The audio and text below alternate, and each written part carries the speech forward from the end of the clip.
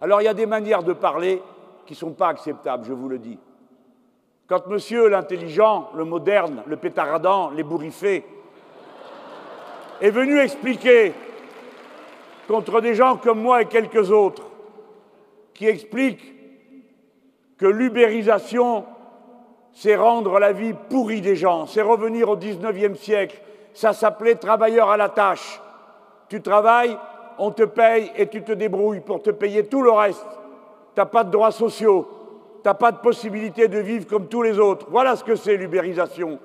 Et comme ça me cuit de vous le dire, parce qu'il y a des dizaines de gens qui ont cru bien faire, qui avaient un plan de vie, qui se disaient je vais travailler et grâce à mes efforts, eh ben, je vais y arriver, et qui découvrent qu'ils ont beau faire des efforts, ils n'y arrivent pas, parce que ce système est organisé d'abord comme une arnaque, et que celui-ci qui fait taxi se retrouve le lendemain bien marri d'avoir acheté une grosse berline et de ne plus pouvoir la payer.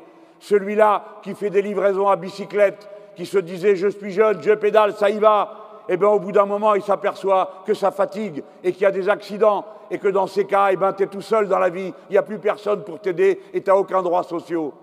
Moi, je le savais que c'était le retour à ça. Je suis contre l'ubérisation.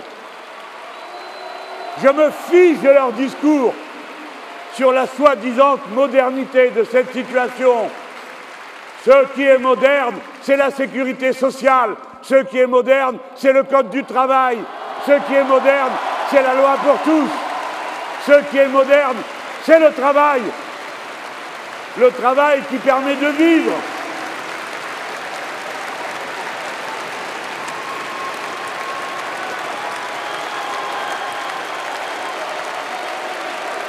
Là voilà la classe salariale qui nous parle. Les puissants, les importants, regardez-les.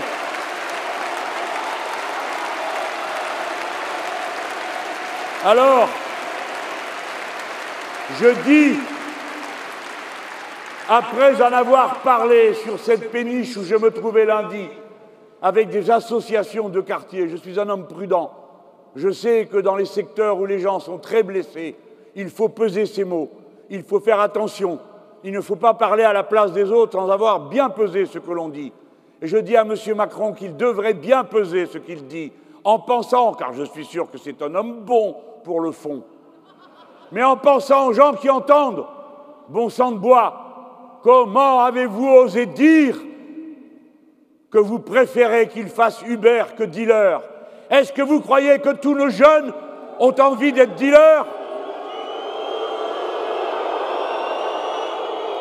Est-ce que vous ne savez pas que dans les quartiers populaires, les parents se saignent aux 80 pour que les enfants réussissent les études et que des milliers d'entre eux, en effet, le font et que leur rage, c'est d'être diplômés et de n'avoir droit à rien parce qu'ils sont discriminés à cause de leur adresse, regardés de travers, parfois à cause de leur religion, et par-dessus tout, la honte absolue, discriminés au faciès.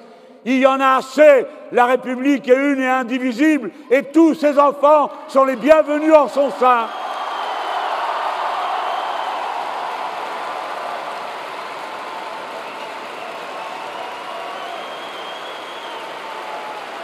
Les services publics doivent retourner dans les quartiers.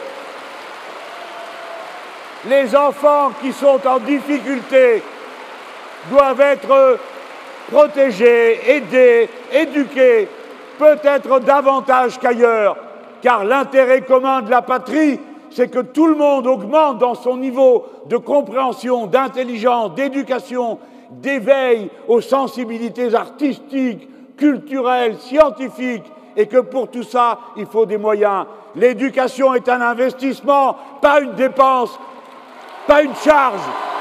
Vive l'école républicaine! Gloire à ses maîtres!